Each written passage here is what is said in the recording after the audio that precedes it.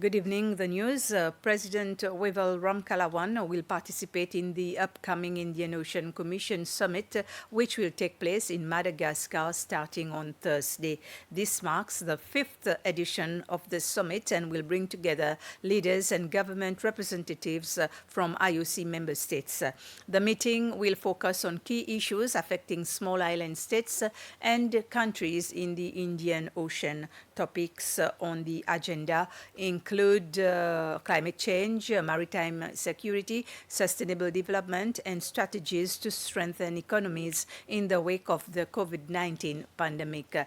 During his visit, President Ramkalawan is also expected to hold bilateral meetings with fellow leaders to discuss matters of mutual interest.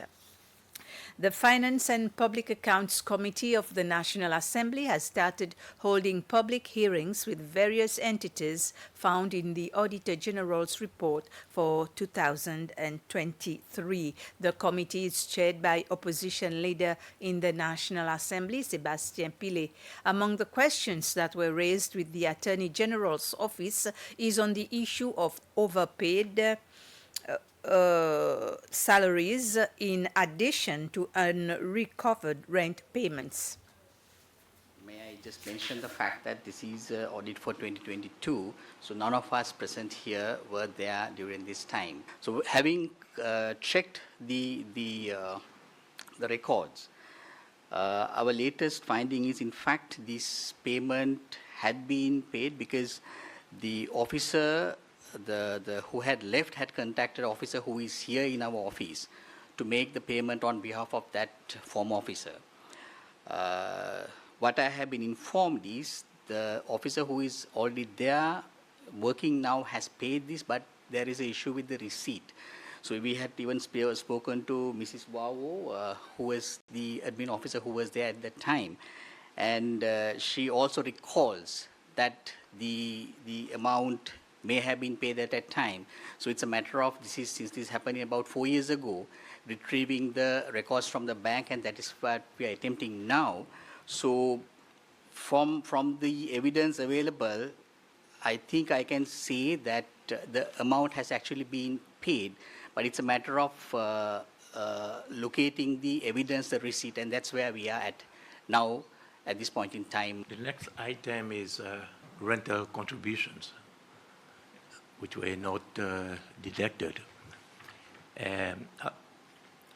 The audit revealed that supposed to collect 1,500 rupees from the expatriates, and the money was not collected. How it was omitted, I'm unable to say, or none of the officers here unable to say. Right? It's a matter, I think, who were employed in 2022 to answer. And with regard to this amount, which was for 2022, no, there has not been a recovery even afterwards. Therefore, at the moment, what I have been advised is this amount, since it is an oversight by the administration, we would not be able to recover this, the 1,500.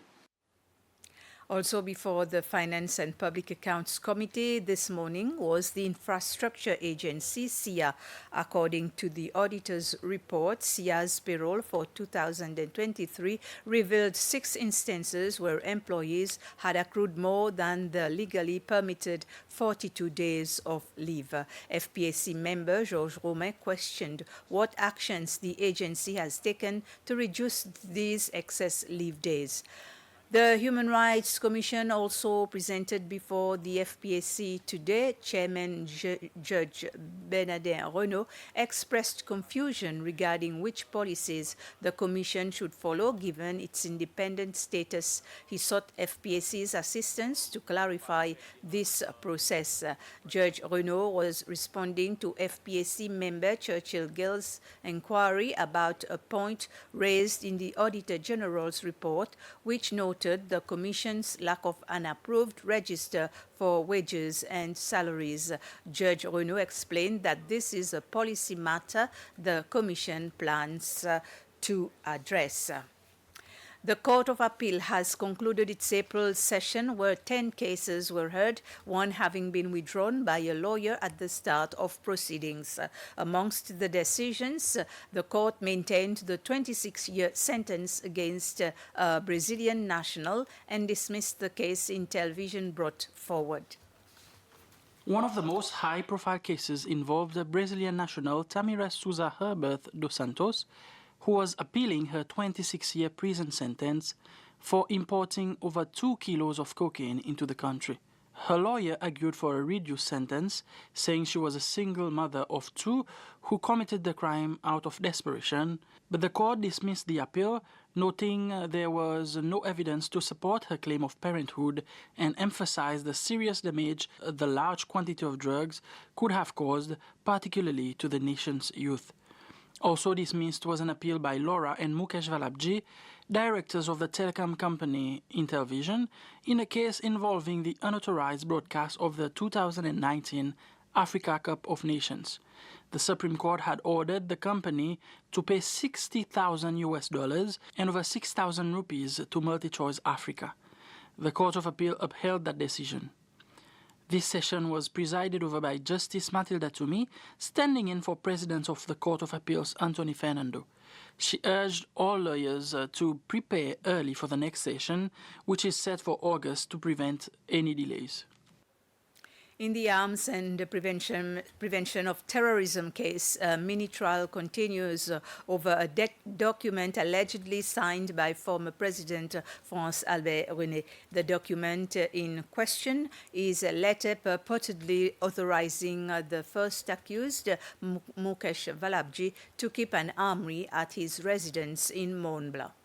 This morning, the prosecution called the Cabinet Secretary in the President's office, Margaret Mumu, to testify.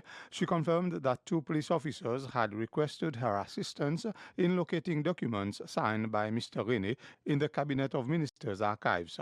In response, she provided them with several documents, including copies bearing the letterheads and signatures of former presidents during their time in office. However, Ms. Mumu stated that she did not find among the Cabinet's official records the letter of authorization presented by the defense as evidence. During cross-examination, the defense team presented her with various documents asking her to verify the authenticity of the signatures and letterheads allegedly belonging to former presidents. She indicated that she would need to return to the archives to verify and confirm the existence of those documents.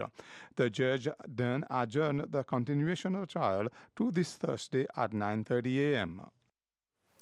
The police department has bought 12 new vehicles for 1,680,000 rupees. These vehicles will help with various police tasks, especially serving the public. Police Commissioner Ted Barbe said the vehicles come at a busy time for the country. He mentioned that they selected these vehicles because they are suitable for the quality of the roads, especially secondary roads. Commissioner Barbe added that these new vehicles, along with more that are expected, will be very helpful for the community. As part of Heritage Week this year, Domaine de Val-des-Prés will become a vibrant center of cultural celebration. The festivities began today with the planting of medicinal plants, followed by a 2-day exhibition featuring traditional fishing techniques, architecture, and historical artifacts. Throughout the week, there will be dance workshops to encourage the transmission of cultural heritage to the younger generation. The highlight of the week is the Heritage Award ceremony on Friday the 25th, which will honor individuals and groups dedicated to preserving the cultural legacy of Seychelles. The celebrations will conclude on Saturday the 26th with Bazaar Domaine, a lively market themed around cassava. We've come to the end of this news summary. Thank you for watching. I will be back with more news in Creole at 8 p.m., so stay tuned.